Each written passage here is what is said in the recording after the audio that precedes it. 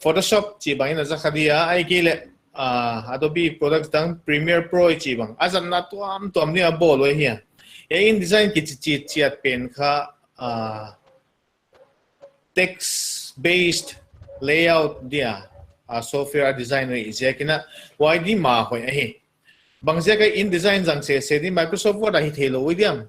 ihan chi chena Microsoft Inleng Word Inleng ahi thei tanom tham dia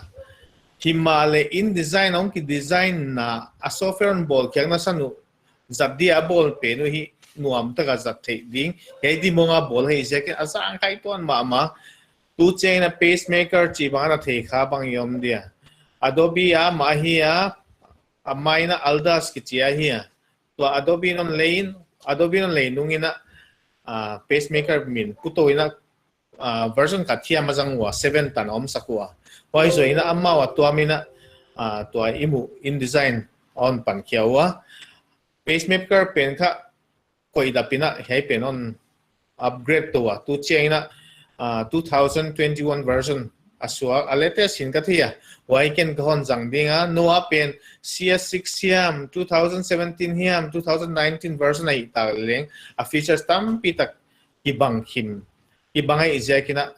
waya boy na di om ke dina introduction na kigen bang ina nek tangson na leng hiya alo thelo siam ong poimo ahi man ke leng sot lom lo pacemaker coin na theisa zekina ka khoinung so lo ina kaman pa maya hochi bang ina ke munang tel khate bang leng to bang ina siam sa hi ke leng haksan lom lo din ngai to le hang isui to the na le tu lai ko vela Google oma YouTube bang oma hi the tan tam pi ta ko ma hi wai zakina ma ni kisila siam the thil a hi manina tunina kai mu naung telte ilung lut na lama hi peule thil hak saum lo hi chi tunia kon genu ta hi sau genon ke dia InDesign banga hi bang chimel poia chi thei sa atam zu thamiding kon ging ta hoi ki pat kong lu ding dunia ken ka van zat ding leng ke zat nel sa ai kia min lom tia azat sa athun thak lik lek jang tung ding ka hi manin ken leng asung bang ma ki form didan om didan thei nai lo ka hi hoi ki pat jil to khom di hi dina ka gen sa bangina screen kon share dia hoi ki patna ke lamong dok tam no loina ka o sa kom ding ka screen ka hi bang on ento ding nei tawe ka desktop file tamlo chi kom te laga hi Microsoft Word kon hong ding InDesign khoi ut lo zen na pi na Microsoft Word kon hong ding hi kon hon na sana hi le ya hi Evangelical Baptist Convention kum sim kom pi som sagi na ahia hey file hi kana khoi sa hiya kum sang ni som la giat kum thum paisa a kom pi program hi ya hi kama om pe ni kana ding zap tak swa design ahi manina tunina tam to tham type sa ong ki pi hi man he bang chi le mail kilom saga bol di hi chi i challenge sai Ichi le huni mai lo mo ichi mai thi ya kha Microsoft Word azang tamzo hi zekina a size kon at China A4 ne ki bola A4 kim khatin I bol dia A4 kim khat ion chi China a landscape zonga ni tadi anung la malen ni tadi uchi chu A4 page khada peg mai ni tadin anung la male peg mai ni tadi ave ka peg mai A5 peg li ang sual di chinai chu wai ta second hiai ahi bang banga ko ina InDesign ya kon hong dia wa ki padina lai lu tina a design pan le hang ka chi hi create new ya bang om dia no interface ki bang ki ni adina ka gen sa bang ina alo thelo om ding a mail put kidang leng he ya file new document chioma wai kon click le ya option bang za hi amoma ya hi A5 ki chiom wai chu kan select pot a hi dena again masak baina pek li ball ngai manina pek li kon bowling pek number khata ki panding chi ai zekin haya a default amsa ka khek ke ya facing pace ki chi hi den chiang ina kon gen chiang dia facing pace yon chi chiang ina lai bu pe ma na pen chiang ina veilam wall ma taklam wall ma taklam wall le veilam wall spread ki chi khata ma why at dan khata hi veilam le taklam en nga len chi na hi he la kya in kon try ding a mail put chu he ong hi ding hi preview ko hon click le ya a preview a mail put dan khat ong do khenga la hi he pen a poimo masai ke ke zual ut mana ka click zual la hi facing page in bang mail put adi chi le ya okay kon chi le peg li bo kai manina peg khat na peg ni na peg thum na le peg li na A5 size na kirem nga la hi then ada ni na facing page lo ina bol di bang hileng facing page lo omdan omzia chu hiayong hi di hi facing page kala khia peg number li tan kon penona waya a size A5 kon bola ile ka peg A size A5 size di a hi manina why chu aki voldana peg khat na oma peg ni na le peg thum na mai khata hai screen mai khata na munon ke hi na mu lo na siak dena facing page na tik depend na tik lo sia ka hi bang sia ka facing page bang huna zang dinga bang huna facing page zang lo ding hi chi pen le kha bu pi ching himim velam le taklam om dinga hi na le facing page zat zel hi chin dan phoi a hi ya kon click dinga khakina dena I bol masak bangina document na ya ka size di ka ba select ka A5 hi fe gen sa bangina facing page ka select ka ya peg li tan ka dei zen peg li ka ko hi ya noi lama properties om can cut width kichia 34p11 chi pe na hi le a measurement inches chi bang oma centimeter chi bang ma he p kichi pikas in ka thia wai pen ka thei siamet ke hi ma le den chiang kheng di hi yai mun aleng top up p0 chi khong oma sorry 3po ma 0 wai bang dan dewina a hi bang baina ipai to phot dia okay kon click cheng ina ya peg mai khat na oma ni na oma thum na oma li na tan oma hi yai dena pix ka chi hiam centimeter chi pen hi ei dei tel na hi ken ka thei siam lo zog zekina yai muna kon kheng di ya akila ruler he tungai mu kha a ruler oma hi yai alai ta ka right click ka ba make le pika sa kisela ka hi inches ka thei siam zog zekina inches a kon select dinga y om zia chu hi pek ya 0 ki panina ya 5 point something bangza hiya mana hi dia hi 5 6 phalo de mo awita a height lam en non le hang 0 ki patang ki pana 0 ki patina 8 opak aval de usek a hi y chu A5 size ichi A4 tim khat again ke na hi a pek te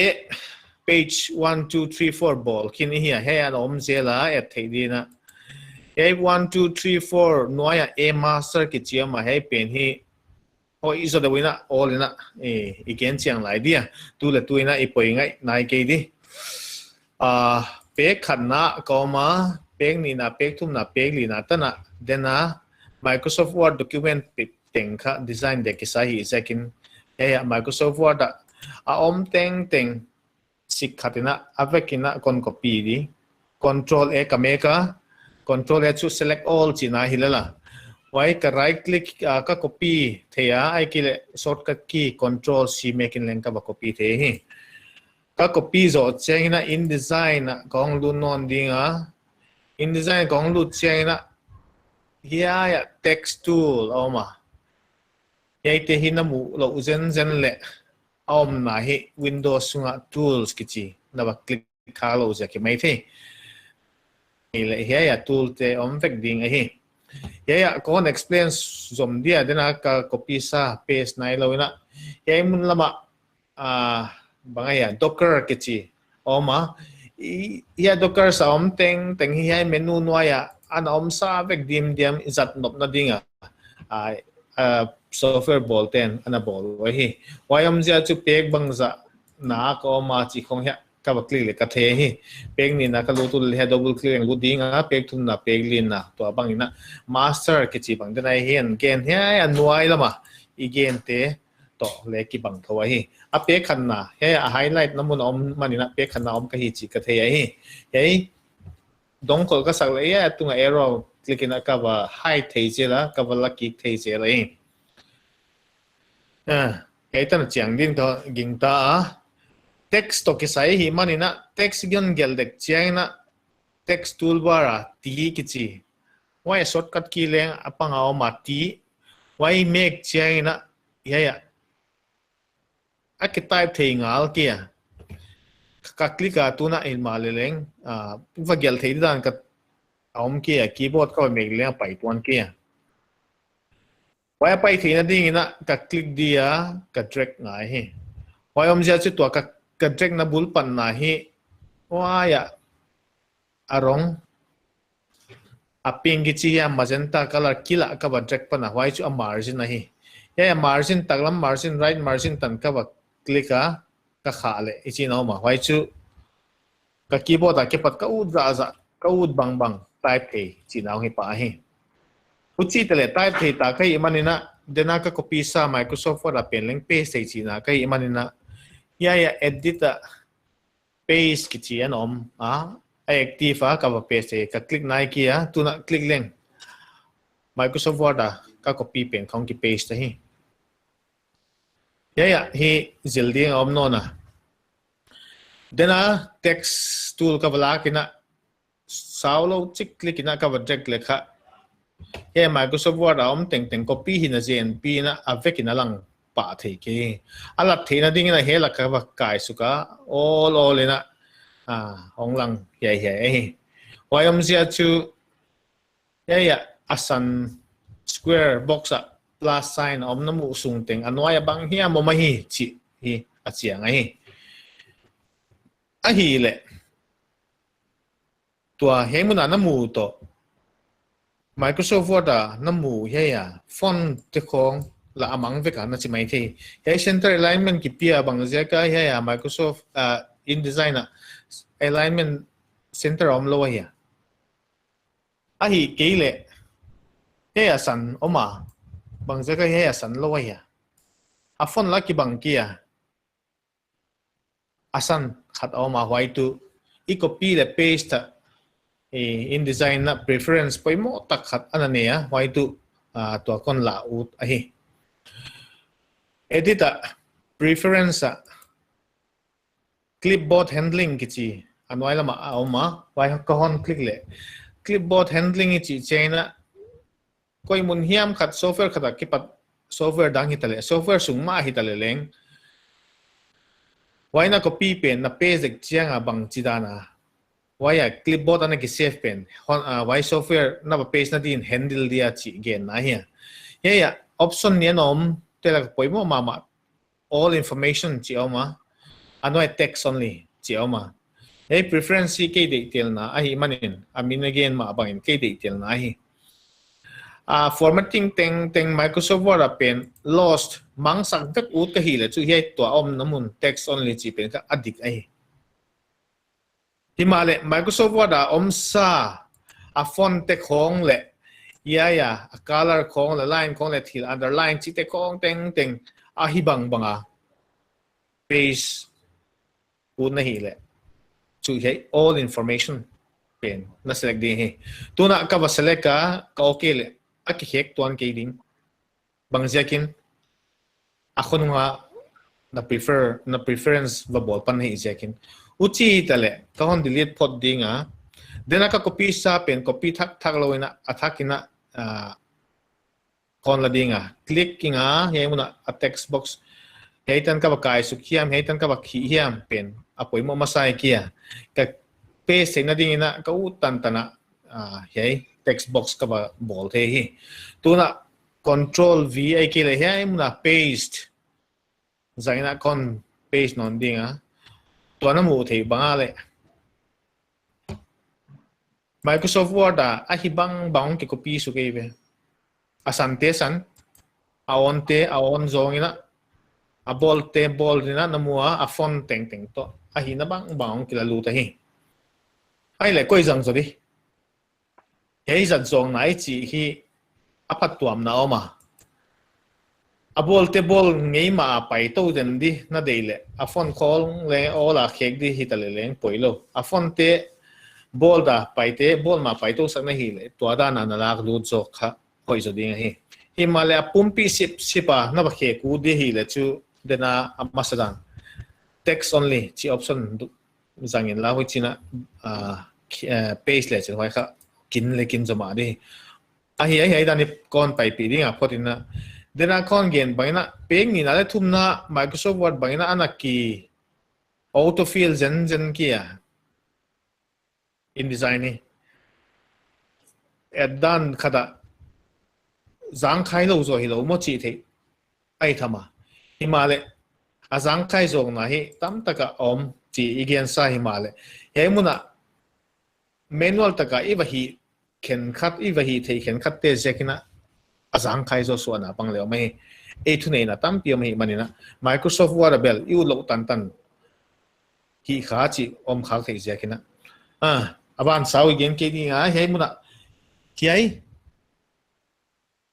tua con paste zo chat thu te select na dina hiya move tool ka hon zanga kala khia ka select ut ke le hi apolam mun khat pe wa click leng mangzel hi mangzel ka chi hiya akil kila blue line ang pai om chena wai text box pen ki select kha chi nai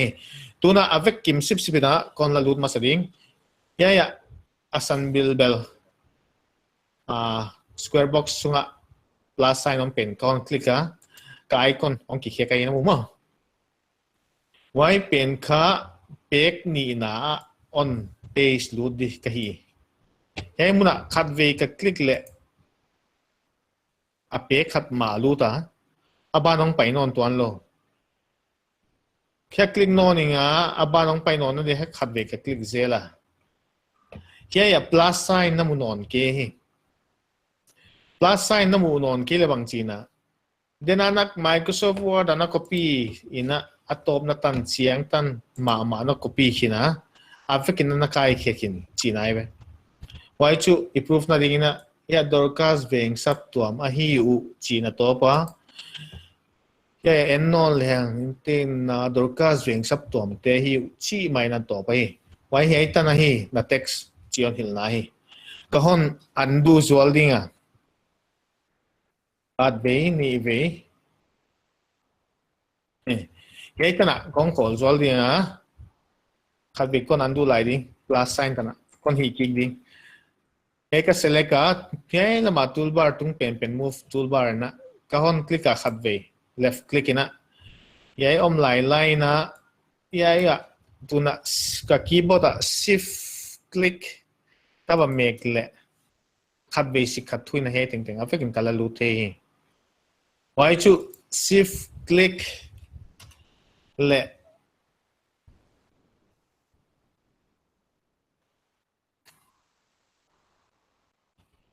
shift click in a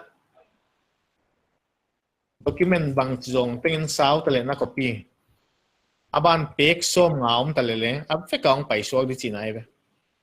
ni pailam all na e hi to sel na dia ong chiang din ta king ta hi a hi le Evangelical Baptist Convention kum sim khom pi som sagin na ya tu gen tu chi khom a program tak hi December 6 ki palong ki pan eve atunga information teng chu huai kompi to gisaya e tu poimo ken khatte danena koilalina a program items tak kaya December chi a date ki palong ki pan anwai lam teng hon lua sukin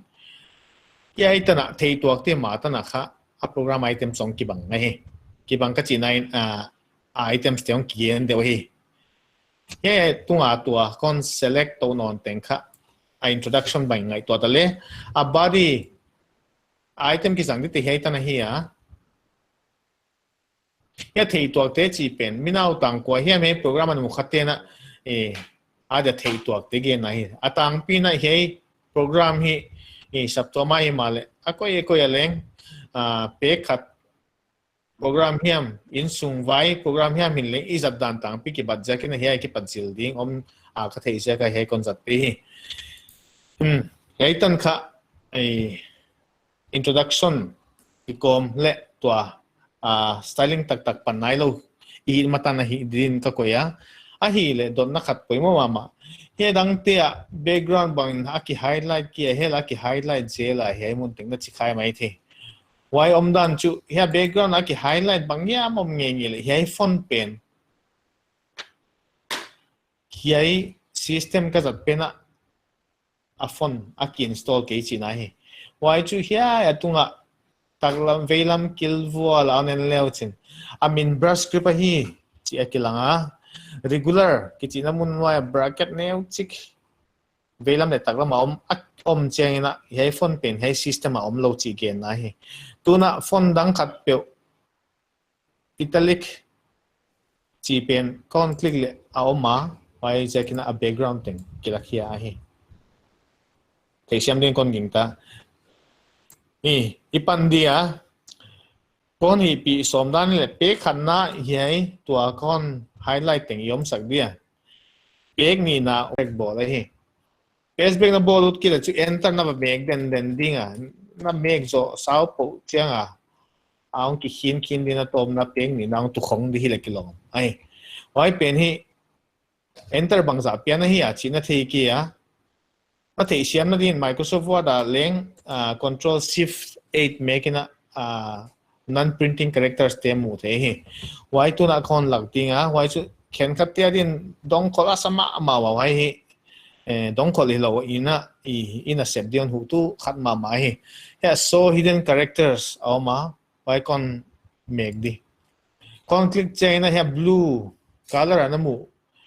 amele puam bang le ki bang vek lo namu om dia why chu here ya enter ka piak chaina hi paragraph mark ma paragraph mark khatina enter khata ki pia chi na hi ya tuna dena ka ba make visual enter bang za be make ka hi chi ka thei no le khat ni tum li nga gup sagi get ei tengkala get om he to kwa ai ya noya arrow mark dan ni anoma why chu na keyboard a tap ni ve na pe kha chi na hi uchi bang ina zerina he muna le tap thuma ki pe kha he muna ki rual thina din tap thuma ki pe ya tap khata ki pe la ki rual thowa chi te khong neng hi den chang study diong hi de he ole tuna pek ni na panut direct panut hi manina e ten kon delete dinga December to cursor om na he December mabula ke patina pek ni na direct tuan sakul ka hi manina ana chiam teon la keyboard numpad lama enter ki chi pen oma why pen kon click di why kon le next space direct na on jump to why le ya neu chik alian lom lo namu tham lo phia lu na hi lat ki le ong chiang ta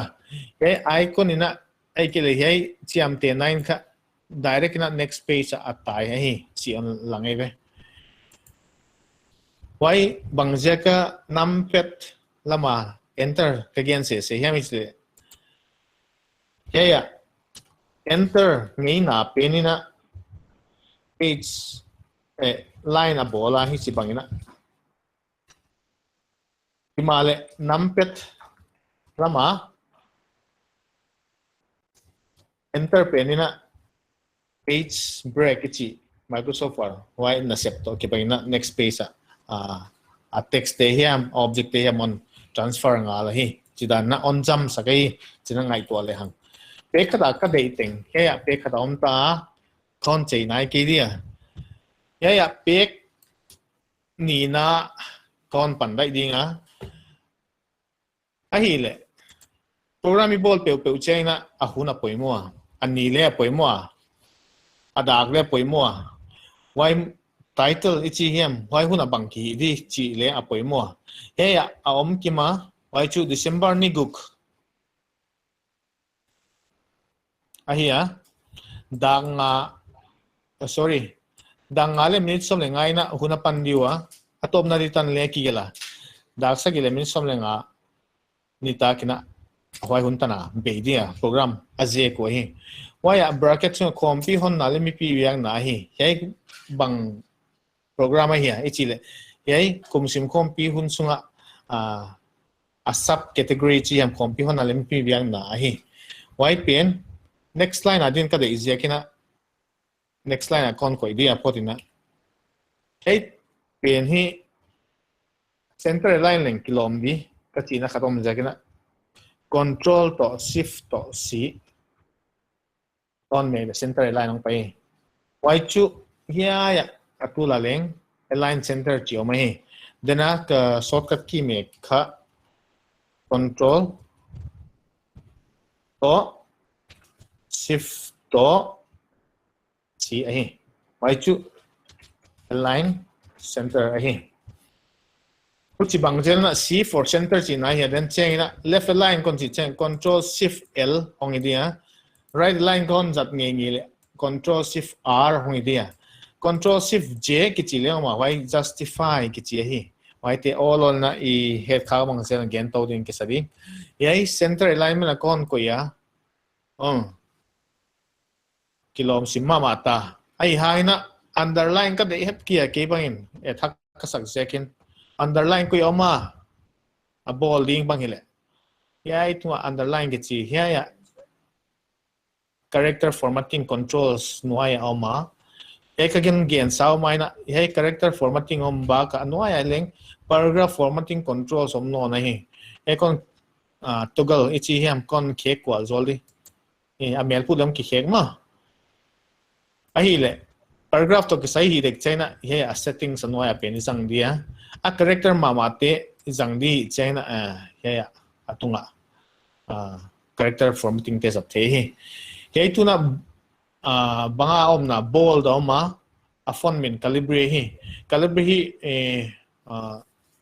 default font dan na Microsoft Word coin zanga a mail kilom na leom thowa ken khatena de het kzelwa bang pengle tua ipoi mo kha afon khek le hi pumlum lo zekina wailam kontai sanding aya underline ka de lo zekina he ka ba click kia he a ki underline pen kha why shortcut key pen hi control to shift to u ai why chu ka keyboard control to shift to u kon mail underline ong paya why tengma ka mek chena amang no na hi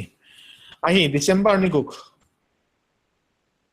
eni to assign lian jule kade mani na afon le kon ke ki mem di bang chi ke ka ya chi thina lo te din Arial kade ijakin Arial kon jang dinga bold oma bold amele ong ki khek pa hi December 6 sei lak vela gelda ni chei hak se sim lem lo ma ai le December 6 pen hel left lama ka koyuta yei adak pen khat tak lama kon koyut bang chin khai dia le justify ki left kon koi dinga potina justify kon jang to ding he control shift j a hi justify left lama ong pa ya ka khen kang na di he mo nahi ye ne no le poi mo mama space ka ba pet to charger mai di ka diam kai ta na space kon peto chargera a khonung na e ka 12 point a point ka kon neu ka sakjan kon ke ku ta 14 na ka hile a next line ang tu gi ge ri bang jekin talawai chain a phone size hi le jekin why je ka heya a solution why ti gel hi ka na ding na space bar ai ke chi I thei din poi mo ka sa hi why hi le banga solution tep khat ve ka make le ichi hi ya make click zel lang sin pai to tua akila deng ka thei lo pal zel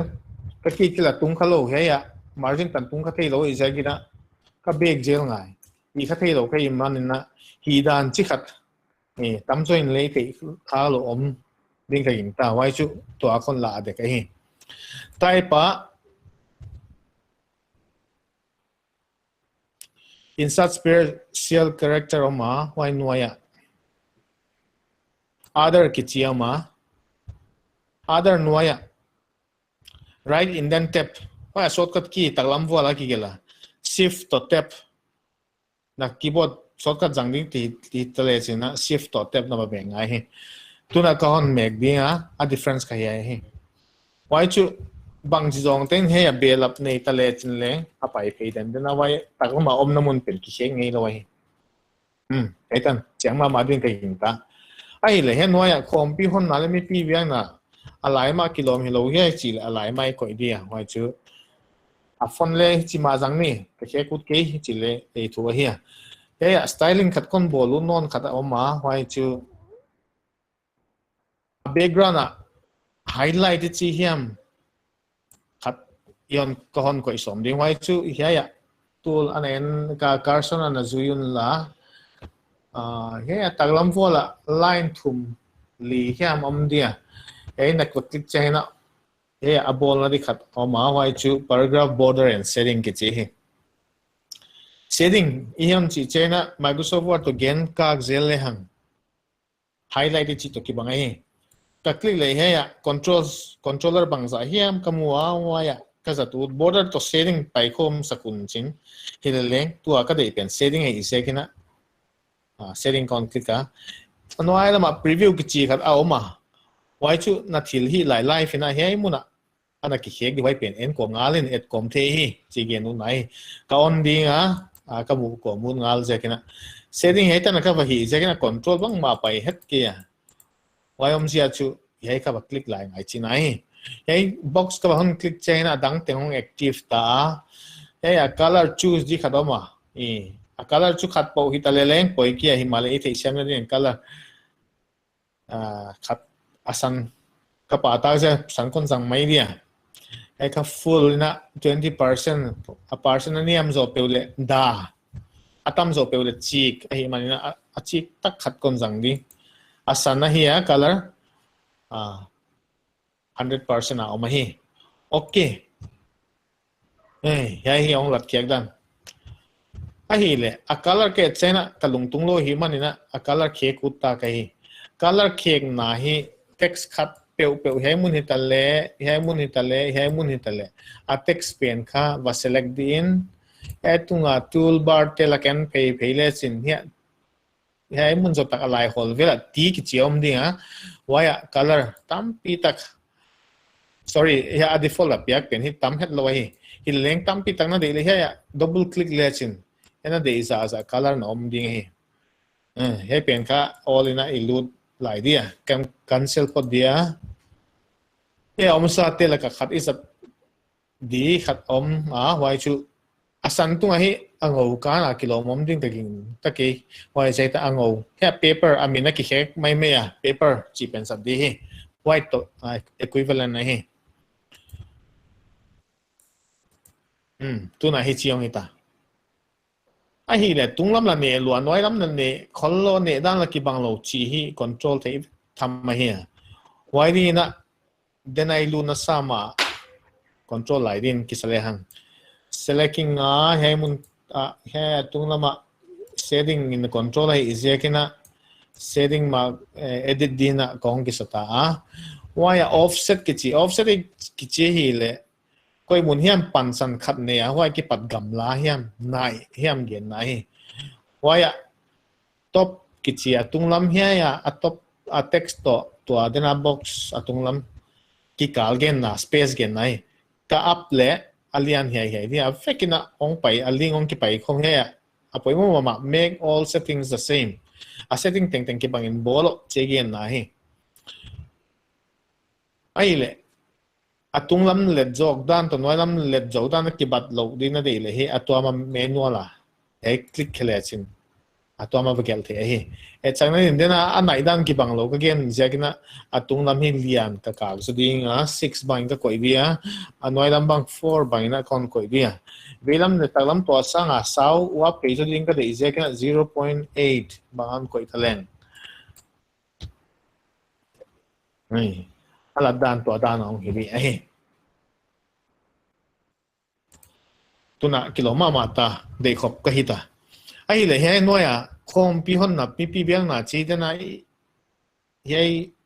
highlight chi hiam setting chin hiam yon be lable ong ki ne lo ta wai ku ya akal gap lian join ka pedia why chu enter ka ba mek thi ha enter ka mek chen la lian ka salo de uzela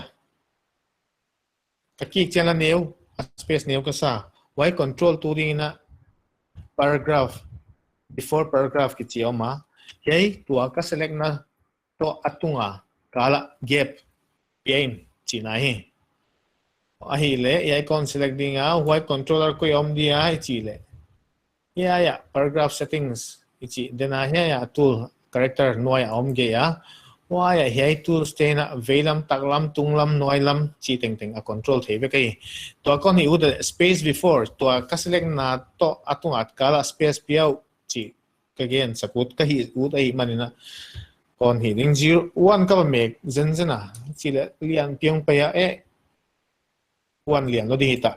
chi ka the manin 0.5 kon pia lian lo lai 0. bằng giây địa lệ 0.1 không phải là kilo mun mo why ahi bangina an why to le ki ka lua a ki nai lua ki ka su de ka de le space after ki chen wa why 0.1 to sama kon pe non ding ni hong ki ka non e hon hoi hune ka chia a color hi ka hon ke kut no na e ya om sa te khat ma ka de om ke ya why jakin he tunga he text om namuna ti om namuna ka double click le sim seng lo color tel the anoma why bang color lam tel di ke chi he ya color wheel ichi a wheel da nom ke leng he ya na de dan dan na select the o mai a hi ya tuna color lesson la hi lo jakin a lem tang khat ko kon jang pot dia hi chi de khong hi le ai sa size lian to ding ka de manina 12 tayo na 14 ka bagel thiya hi ai kile 15 le ka bagel thiya shortcut key di ina control shift left arrow why om dan chu shortcut key kon jang non dia control to shift to left arrow ina neu sak control to shift to right arrow ina lian sak tuna why pen hi dia abul tunga default ram na kha 12 fa hi control ka keyboard control to shift to right arrow kon mek china 14 na ong pai to ai le 13 point ka dei le bang ka chi dia le left arrow kon mek chana 12 is right arrow kon mek chana 14 is 13 om the ma ma lo yai hi a controller khat oma ai kile a preference khat oma why kha i ball masak khoi ka sak je ki ne kon ball no na ane nun la preference a denai khek te la khilo den kha clipboard handling i khoya why tuna why alale neu u dan dan pai thi lo pen hi ke bang nom ka sak lo khada hi ka khek pa zela why pen type sorry units and increments chi noya anom dia size to leading khat ve na mek che na 2 point gel kalo chi again nai hai 2 ai le 12 va ki pa 13 pai thi lo hi je ki na 12 va ki pa 13 ka pai saku da chu 1 point ka khek ngai turning ki chi he space between the characters are here khat ve iwa mek chena 20 point ngen hiam em size naw ki hek to di chi gen nai e pen hi to le tu ai khoi kha lo cha kena a hi bang bang kon no se dia a ba ni khoi kha nam le on kon gen lai di hey okay size 1 a kal to di ka hon hi so nungina e trial penon le hang tuna 14 a ki pat 13 ka ki khia chi ka test na din control to shift to left arrow ka me le 13 a ki na hi ke hi InDesign khoi tam lo te bang ina bang je ka de bang number pot thei lo hiam chi na na zon kwal kha ko de chi ngai ven naam ki ge na hi hi ya item ti ai lut suk dia hi te pa kipiak zai ki bang ke khom mai a then ni ve ki pia then ni ve he ni ve he ni ve he thum ve bang ki pia thum ve piang na he ki rual pan ni ve piang na ki rual pan ye teng teng hi bang ze ka khoi de ki hi ami chi le he phone hi sang na di na say 16 bang a hi le no ti taleng tai dar vek di ma ve oi tai dar lo na din bang lo le khoi dia a tep za ki bang lo tai dar ding ma hi oi ze ka tep hi mok piak pen le a hoi ma sa pen ki ya asunga akhonua ai ki le a background a bang na ki se me ya chi the na di na he kon ta la ngai tuai kon gen ding poi mo mama yai tep ki tua sak a hi wai leng tep khat ve pia ka ki tuak sak ding che hi i challenge ka tep khat ve ngen pe di bang hi tale he khat ka bdili di he khat kon bli non dia ya len dilin non di he ya len ni oma khat ken thumam jakin ni ya khat ken ni ku chi le a kolon a khol na tem ki bang nom vek kia why chu ki bat na din he kon select ding a why zo china type noya e tap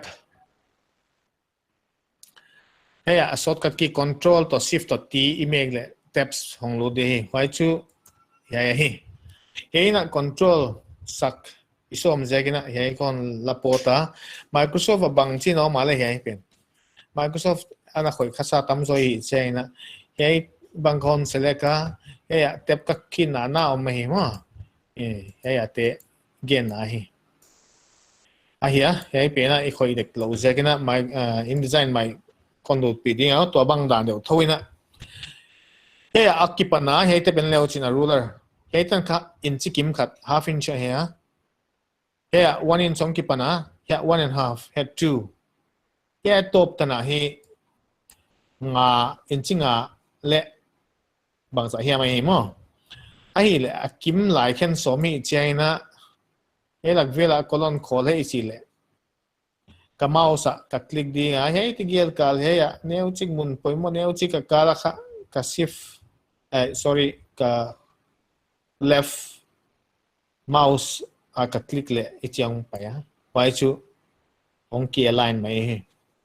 bang zekin yei tua kon click ka tap khol namasa ka bol na hi ya a center ka ba yak di hi le yei ka ba click non dia ya a melong ki kheng ya right click leng le a melong ki kheng non di wai om jia chu den chena asan na tuam te eon gen to dia tu le tuina left pen isang dia left pen he a colon pen he a thu item te to ki gamna loi chi le click in la velam hiam taklam hiam an te kwal the he ichitana hun half inch 1.5 a hun ichi le koi the he ya na ba click ana drag na the siam slow au ma na gel to mun le he 1.6 cha khol di ka chi le 1.6 ka keyboard ke bat ka type le ong ki hin mai he ka hin na za ma ong ki fix mai he atem ni na hi he ya te pa ki pe ke ya upa che u ma m ma u ma p ma b ma tep khat pai sak thak di ka de man na ya la compare a y hi le 1.7639 a te pong khon lon di gen na hi ai le hei pen leng a hi check a precise de ka de le 1.76 sai na 1.75 ba holding ka de le ka keyboard ki pat 5 ka type pa wai chu amount ki hin na de okay hei kon zo ta click di nga he ka space dong kol khasak sim je kan delete com di in tap at ve kon me la keyboard ke pat ong pai pia he backspace tap backspace me ke leng le akibang thawa hi atuna himale he na chi bang na a head kha chom ke le a mit adong kol se ka ke bang ka delete te se ka he pai pe ni chin dan akibat ke leng poi tuan lo output ki bang thau ding a he tuna wai om dan chu yai teng aki line aki roll ve kai he te la ki roll ve ka he veilam hi jagina ki roll ve kai ke bang dan na design bol le hang at len wam shot di a hi le he ka preview he ya te hi na mi ta dong khol ma mai thia wai te off thei dan kha do ma wai chu den ai hi type hide hidden characters of hide thei thamai non thei no himale preview tak tak na di na view om dia wai chu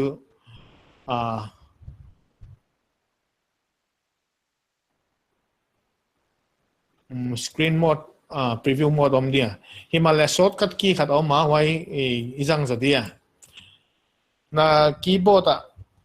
type tool hem bang ma hem select om tuan lo lai na w me la chen preview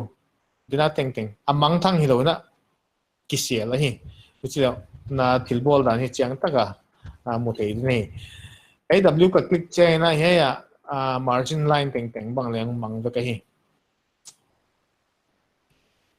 ahia hiai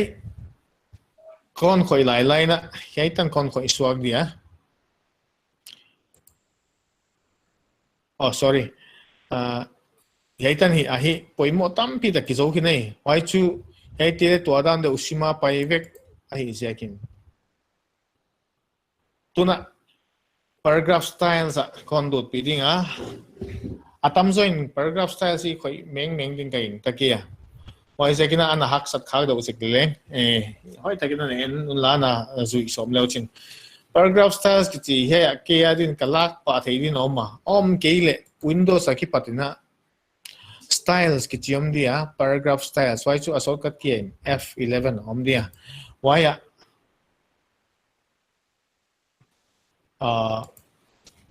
he ya na thilbol kem pe ute ka style na ki bol zela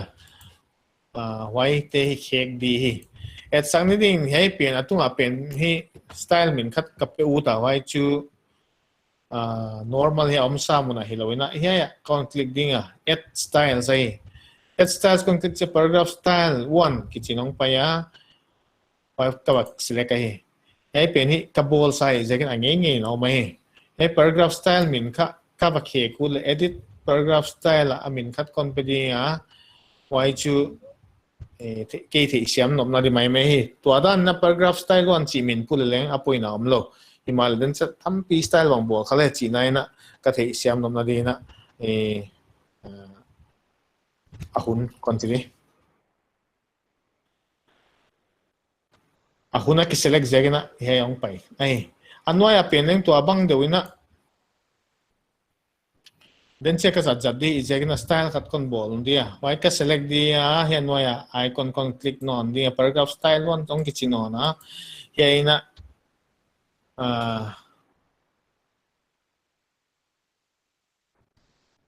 PROG program min puina ka hon gel dia wai ma len ken le ka apply ngal de apply kon chi chena ka ba click cha ki apply chi na he ai le he tu apen kha ahun chi apply anoya pen na program chi apply yai tenga di na application khat apply non di na style khat he account click no na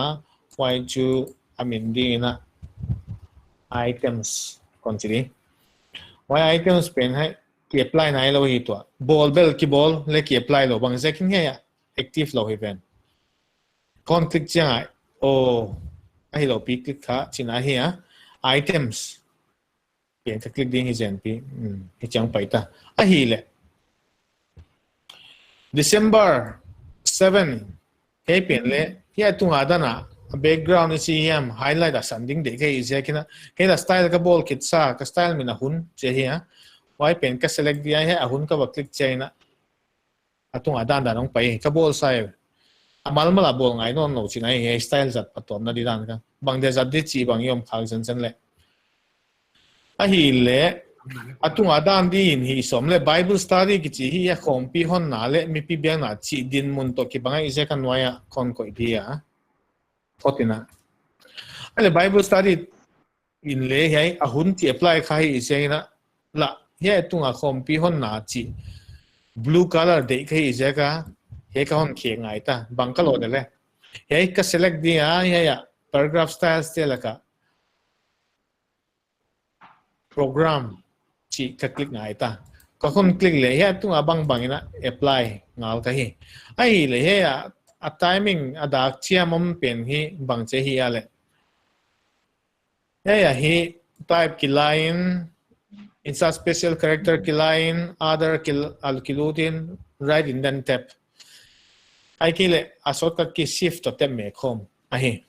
why he muna kon jang dia he a cursor zero ma cursor ka koya ka keyboard a shift ka me kom komina tab kon mel akil lam deng ina kon kin pe the hi ai tan zota ai le he ading la atunga style si te sa the diam en lang ki pum piang na center square ai le he atunga ba ya ki pia items chi style min ki pia pe he kon jang non dia items la he tong ki akolon nam naung ki rual ding isen pen ki rual lo na zia kha tap thum ve ta ka no me ya tap khat chia ki pia ya thuma ki pia la chu ki tuak lo di ma hi tap thum bang zia ka om the control to shift to t kon me che he kon lak kya na ki pat en le hang he ton koi rual leng tem ma sa pen he om di tem ni na pen om di tap thum na di pen om lo le tap thum na pen ka a khol na ka a next a inchi dan gen hang a half inches ang khol zel di na default a ki set jaga hi a hiya tua he atunga items to ki tua di ka dei jagna he di gel ka delete ngai ta hi delete masa a khonunga paragraph styles pe hi leng dik chak be hi wai second ama sa dio ma anung dilom china hi to na tep khat ve peleng kai to ong ki tua di china hi atunga kai muna teng tong ki tua convect ta hi o chi bang mai na ni tan zota ai thum na leng to bang mai na akin ina kon apply dia wai om dan bel hai line kai pen ka he atunga december china style pen ka kon pia he ya right kon pia bang se ka he red pen red dena ngo ton lo hiam chi le ai ke apply na he a hun chin zo plus sign na modi we he pen hi in design na amma abak hi ham chuka the ke hile an om the sek hunoma he pen a solve di da na hile why thing select the in na keyboard alt kichi alt click he na set sa dan chat chata hong pai de hi tua kon keyboard shortcut me ka hile alt a hiya plus click a hi click chi pen na mouse ve lam pen me khong hi hey anoi apply vai home na bracket te khong le underline te khong kila khia a color khie ka he bang bang na to bang dan de ka de non je kina he ya tunga ipiak sama pen khong ti ka hi to bang de wina hey bracket pe nei le menu lai ba delete ma hong ngai hi denadan hi de ding bang hi tale hang he muna dobula pai te hi dan chang dik lo di chi thei sai hi ta wai ja kina khia khat ve tep khat kala khia he colon zo space de lo gai man tep khat ka click non dia he ya kala ka dia he khat ka click dia ki tuang nai lo sorry why hi hial he ya tep khat ve kon ka dinga hi dan ti thumon en sak dek ka hi kala sa ka cursor ka ko ya select di na hi le tunglam select di na hi le control to shift na keyboard ke control shift to na up arrow chimai ni move up pen ahi again kaya at ni tumlinga kaseleka abana he items min pia kai man he baklik lenga ong dik chadai dik lo khatam mo adik lo chak bang chak he tana dik vekin hela ka dik lo chi chat bang jakin business vice chairman kichi e kolon to kinai loan sukhai jai ai le he ting ting to ki to di ka dei sile banga ka hi ngai atung a pen ka kheng zo hiam anwai a pen ka kheng zo hiam chi option khat oma ai ki bang lo de uzek main bol ni ta chi le control to shift to t kon meng non dia wai to tap sai he pen to am de uzek ma in pai le ka chi le a far second la kheding a y chu a far stop yang ki sitwa he chinai be a next stop the center square upa u ma la ka kholi ka chi le he kon pe non ding a y chu 1.875 ang khol pe ka hi ichin le nal tho ichi le azat thia kileng velam akipana taklam la o nginong sila he tele tho he te chu kirwal sima ja sao jakin he bang kirwal lom lo he margin to kala yet chena he ti loi bangchin akirwal thei penin koida et sang ni palai vai hom na hi mun bang zao ma chi ian net chena mun dang la ki jang khalai di ai chena center de ma le chi de tu sa ma hi wai om thena di na he pen nếu chỉ con bò làm đăng sạch đi á con bò làm đăng đi đa này hết tép khát con pep khát đi á sorry business chairman chính con pep mong đi phát na ai ông đan tắc chú hay cái bắt styling na thấy xiêm lấy na zil na đi na control shift đi con rằng muốn xem mà con rằng nón đi à indent cái hi peps ichi khol na ni ai pe kai jakin ki pumpiang na chang khol gam la lua ai le ai kin la ne lua chi gel velam ai le helak vel khon ki pan sang ni 0.5 ong ki pana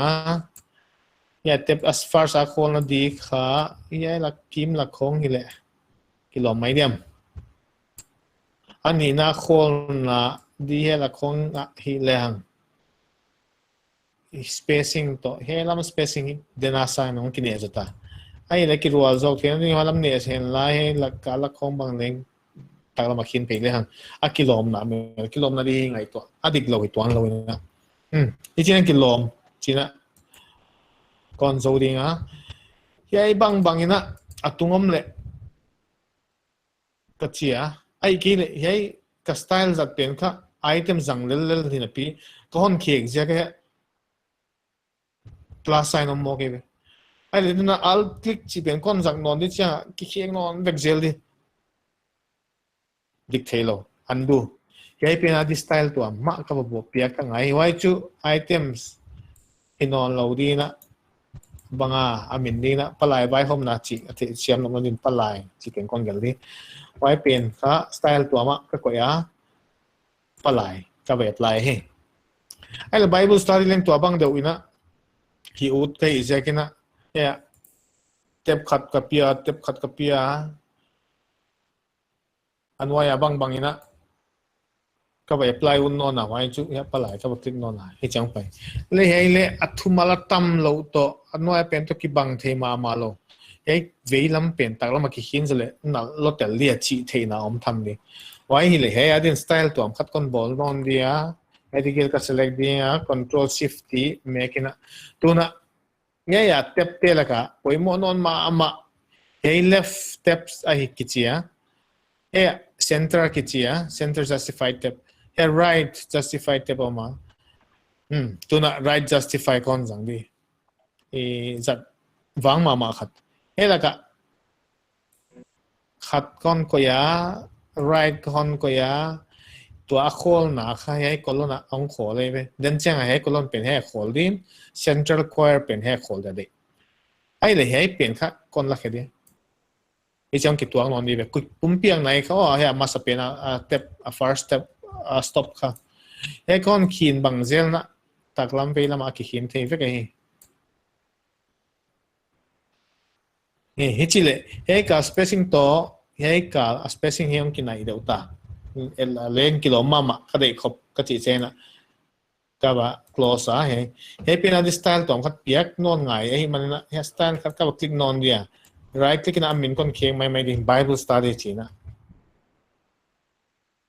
โอเค Bible study เลยโซ่ไอ้เลย Bible study apply ไหนโล apply ให้เดียโซ่กิตาอันนั้นบางมุนนนะเลย Bible study กิจนอมนนะก็ enter Bible study ไอ้ตัวที่บัดเจ็กโปรแกรมที่เป็นคลิกตัวเป็นบัวเขาโลไอ้อามาสเดียนุงดิจิอมิตัวนั้นโลไอ้ ama sa pen kam min pia ka ahun che e la ka he far right ko e zekina far right kon ko non dia e hi e la lo chimma mai na ong to pa e ba hi e lam to kisom na tatuan lo hi manina to kon za ding le enter kon zang kgl dia nam pe ta enter pen why to jump to the next page ahi why kon zang di pek thak khadong ki bola sorry pek next page ong pai lu ta hey atunga enter cm khaduna om sa pen kon delete dia atung ma sa ki pandin kon de ahi le hey pen dana da bang ba bol suk zung di bang hileng hey pen ka program ka pia ka ya bracket lakyak angaya amate ki bat apoy mo zakin hey pen ka ahun sia ka pia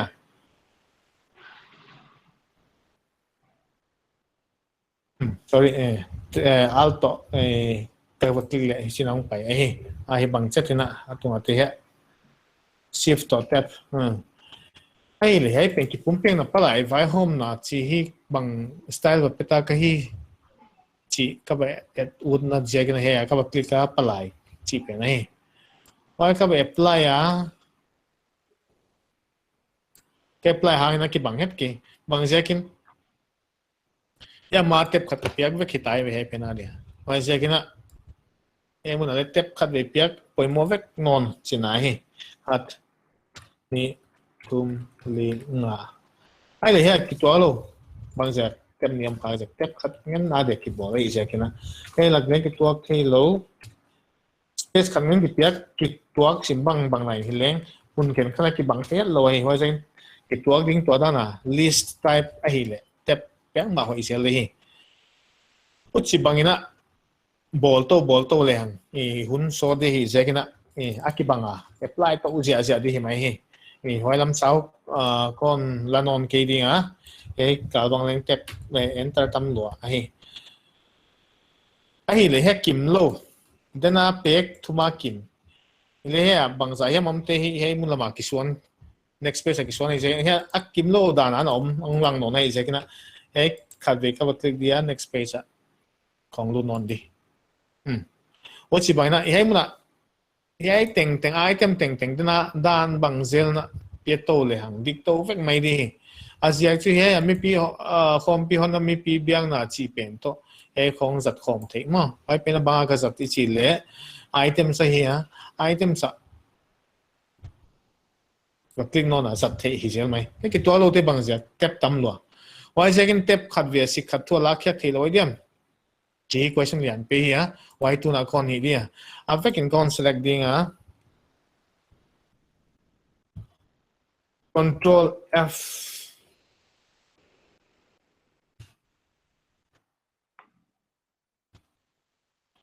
find and replace ยาฮีมันนี่นะตัวบ้าก็ replace ส่งเฮ้ยเทปอาการว่าเราอมเตะอ่ะปล่อยมั่วเราเตะนี่สร้างอ่ะทำเราเตะ delete ดีกันเฮียstep symbol hi na keyboard wa 6 om na to ki tua ka kia bang hele no aleng da tamso ki tua ding king ta okay symbol e pa na bang nam ka thei kia v le om khong ka ti suk mai ma ken v ale join no ma t for tab a here why cut tab gen na hi khat ve lai kon coi non dia tep ni aum chiang ina tep khatina ke ko chinai bang teng koi mun teng ke di tua ka select kha na teng tenga om na teng tenga ke ko chinai ai le ka ki muan ngam je kina change all chilen kha fa dam ki kheng mai di u chi ke su a hai om khang na teng a ban na click ko chinai find and replace a kon banding a sorry find next ya kon panding find next hey aleng ni ana ki zom kha change ka chi la bang chi tep kha dang om ai le khat pen la find next non ni non je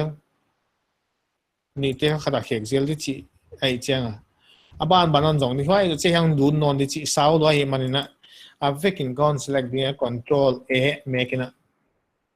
ai le ni khang na te khat tep khat khekin che hi change all con chỉ là muốn xóm thùng năng át cả cái khét diom con khét ta hi le khát về sự khát thua khét rồi lo hi giờ cái này là con ông ninh ninh lại mà khát về miệng non đi change all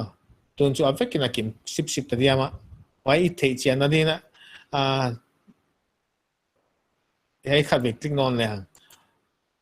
completed áp cả khét kín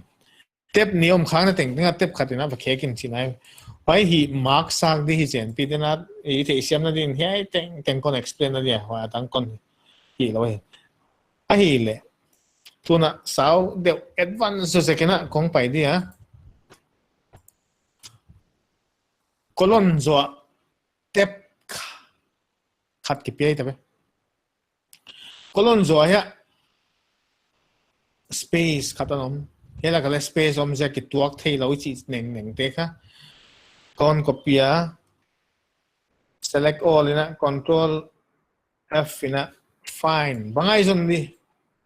colon izong dia space izong non dia ba khek di control sorry colon aom ngi nom hen la F ina khekin by space pen chi nai me ai le change on mun bang za ta ko ma mun som li le ni ta ka om wang ki khek ta tep ama om khang na teng colon le space om khang na teng ki khek ta ai le he khat ki khek lo om jen password thang chin nun ma ama hi boy wai je ki khek lo tuan lo ina colon zo space na ki ana ki pe khalo hu sia klel ta ka hi wai je ke te khong chu menu la hi ngai pe pe hi o chi le ya colon te khong ki tuak sa bek ma ai le ki pumpiang na bang pe ri ai muna bible study muna e style zat ma bible study ki chi bible study pe sel di ela ka bang je ki tuak lo enter ya tep khat ki pe lo ke ki pe ak thak di chi na hi chin hi jung jung leang zo hak lo de hi le leng tu zan na avekin hi sip man ke dia thei tuak te chi lak kon lut pi dia ela ga poimo non ma kasak oma wai chu one pai one hi ki select kati hat kia Microsoft Word net chena automatic a pai te hi ki select khalo ma in ka thea one zo he enter pe bang hin le hang che pai a chu mun kan khala a number automatic ang pai te bang tu bang pai zom wai te kha ki select thei mo lo ya wai select thei na di na icon select di right click inga convert number to text chi poimo non mama a number teng to ki he khom thei di select khom kha thei di ka dei je na convert number to text number pe kha text ang convert ta clicking a ka drag le after ka select thei pen kha a font con khek di times new roman ina times new roman italic ina con khek di hi chi hong so ta a hi le hela ka enter na pe khak jiang ma wa kha he noi ang om ta ang ki to lo hi je kina backspace ya mai ki delete yam me leng ki to ang on di a hi le hei et sang na ding na he bang jaga ki tuak the he control tu hi ya tap sorry paragraph style na ma wala ka akibat lo jakin pang ma kilang lo hi et sang na ding na default ni chi bang na nom pale pai di he pen kha tu na poi mo mama tampi takten siam lo he zo kha tep khong mo mek di ve tep ka mek chiang a he tep khadong ki om ít sẽ trong cái tuang đi mà cái bằng lẽ tép bên on đi cái tuang mà khi mà lẽ font size khek na bằng con này tên này na cái kala ít thấy lâu kala agu cả tép bên bẹt bên cái tuang khi mà lo cái đàn chín đàn này nó sẽ thấy ta lên chỉ hỏi mà là cái hình khác nào ông chết lâu vậy cái na hi đi đàn con là làm lạc đi space om khalo etung ale tep denai pia pe om lai ai delete ma sadi tu na ane no le ei kala leng tep khat ve pe di tep pe pod di hi en noi kai ke teng he ya pi to kirual ding ka dei zekina he ka select ka control shift t ka meng no na tap sa he controller om khatoma wai chu anwai lama tung lam le kai thia noi lam le kai the he to kha apoi mo ma kha he la ka khol din a second line pen a first line pen he la ka ki pan di chinai be he ti gel gen ite siam kalaman Microsoft Word bang hitale et sang na ding ina he pai na text hi he ki pat kon copy ding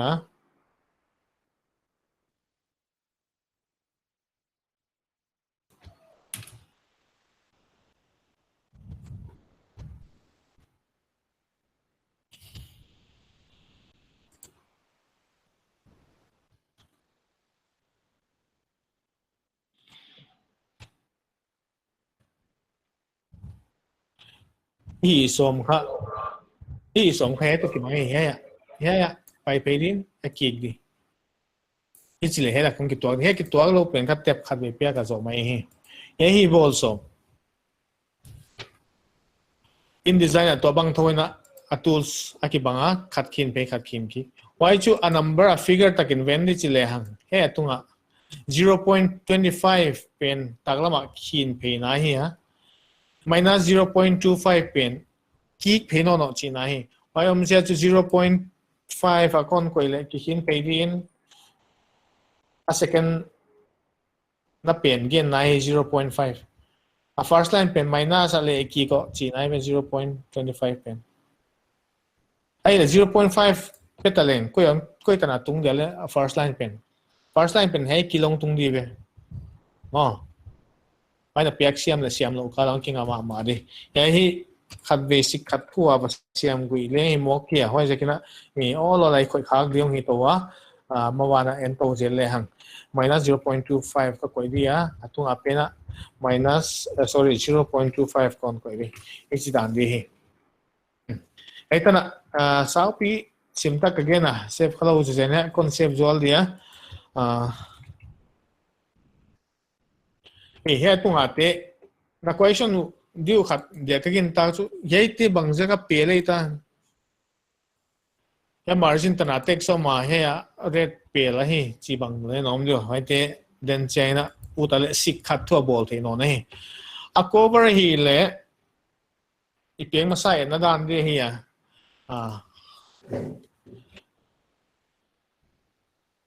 và design sẽ không phải mua đi sẽ cái hay là khi sau pi đấy khỏi nãy cái đi tôi thấy là phát triển pi đến con gìn tay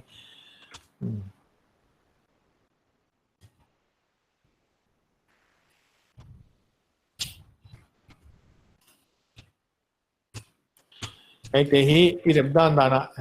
con ngà đi sau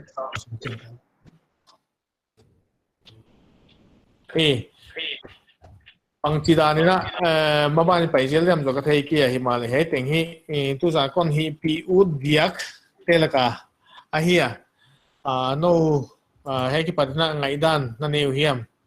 vậy cái phần thì cái cùng tổ chức lệ hàng chỉ là cái chuyện lesson hay ta na hun mok lo PDF không là bằng hiểm không để lại đi chơi na bằng chỉ printing chỉ làm bằng con lụt PDF design dấu suốt lâu đầu ina pe kom dan na mu chat ban page 1 2 3 4 hi le hay pen kha PDF ina export ding le hang control shortcut kia control e ma file export le om dia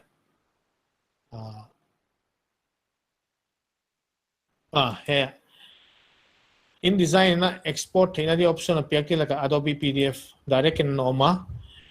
print ki chiom dia interactive hi print to ke sai related hi la chu print ma select hoi dia wai do china save hi am file min pe na ke la ki ka lut saun nai kia a high quality printed thil di bang la chu press quality to high quality print hi ki nai ma atang pina press quality hi ka răng so ai can why the chain export mean export here brush script to cái sai font boy khak jeng na hey message on pai ka desktop ana ki save din ka ta ya lesson ki chi wai le lesson 1 2 3 4 china pe ki naung pa ya he te he crit ai le hei A5 size ya A4 size le kha landscape print cha bang chia print ni chi hi kon lam la zol dia wai so chena i khol dan lam ngai to di ya InDesign na option hei ma ni khat hi file noya anen leuchin print booklet ki chioma booklet hi theina sia khe case hei din muna booklet hi theina sia khi InDesign ka half of A4 here booklet chi chen ki khep thei gen na le la hi A5 le ni hi A4 hi jagan A4 pe ka print ni bang le ta ki tuak pangal china hi waya hi preview ma tuna akituak ke dawina langa orientation adik lo siya ai print settings ay load le ya hi na printer ang dog dia tuna Microsoft Print to PDF zang na contest dia PDF export to kay jakin uchilaw hile nang desktop printer khat pe waleng direct thedin kay tai duplex bang nei ya le chen direct pot dik de he Microsoft Print to PDF preview na din na contest dia setup A4 ka chia he na orientation hi to atung zong chi portrait zong om chen dik lo hi manina landscape zong ka chu sa base position nei le atang pina kikim chat de de center ma te le hang dik te dik tang pe hi okay hi to na mu thei da na ya pe khan na lekha line la kin ina khepin la den chiang ana pen di dan hi pe khan na lama ama salama pe ain le sin na ve lama pe gli nam ding ta ma pe khan nam ding a pe ni na anung lam si mai di wain a pe ni na hi left lam am dia pe thum na hi right lam am dia ich da na ong ki print chal le na le khabu hiya mai ki le na pe ne kha pe jat A4 size kha ong dik chat mai ding hi wa kha print ka hiya Microsoft Print to PDF te hi jakina save dan din ong pai dia why chu ya booklet ka chia amin dina on export kina abol zawa via PDF in na kon lag dinga maban pai non le hang why chu booklet to ka save zo chat pen ya hi omdan chu ya pegli na ma ya pe khan na ma next page page 2 na 2 page 2 page 3 ai print le china both side and print le chin dik chat mai ding hi why jakina sau gen lo loina yai dan na konzolim liam dia he ki pat imu thak ba ai ke le dot nop nei yom jan jan le hun kon hong dia why chu maban pai di dan hin le sina kon gen nei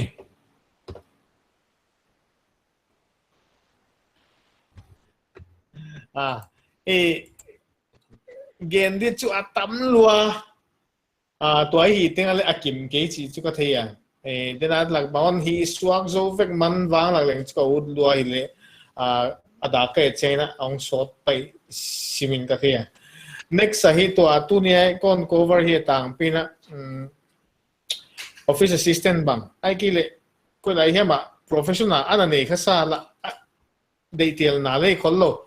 khoi te te ngai hi chi te pola di khong apatwa ma de ka kin hi next sa hi le